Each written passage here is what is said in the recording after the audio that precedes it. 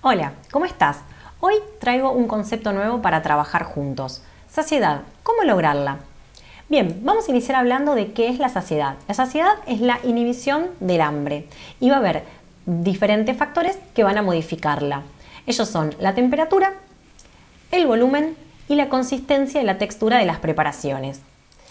Cuando nos referimos a lo que es la temperatura, vamos a hablar de que temperaturas más calientes van a brindarme más saciedad. Entonces, las infusiones entre horas serían una muy buena opción para llegar sin tanta hambre a las comidas principales.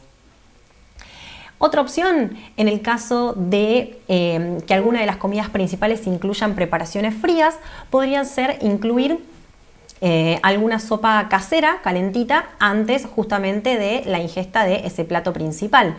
Esto puede utilizarse, por ejemplo, en épocas como las de ahora, que empieza a hacer un poquito más de frío. Tal vez en verano es un poco más difícil de poder llevar a cabo, ¿sí?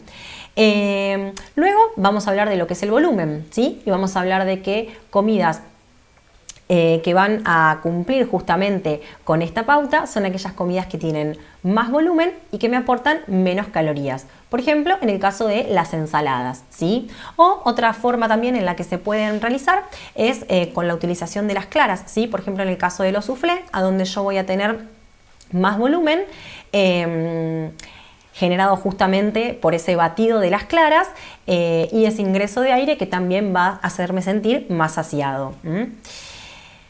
Y luego, por último, hablamos de la consistencia y la textura de las preparaciones y acá vamos a recordar siempre que a más masticación voy a tener más saciedad. Entonces, aquellos alimentos que a mí me obliguen a masticar más me van a hacer sentir más saciado.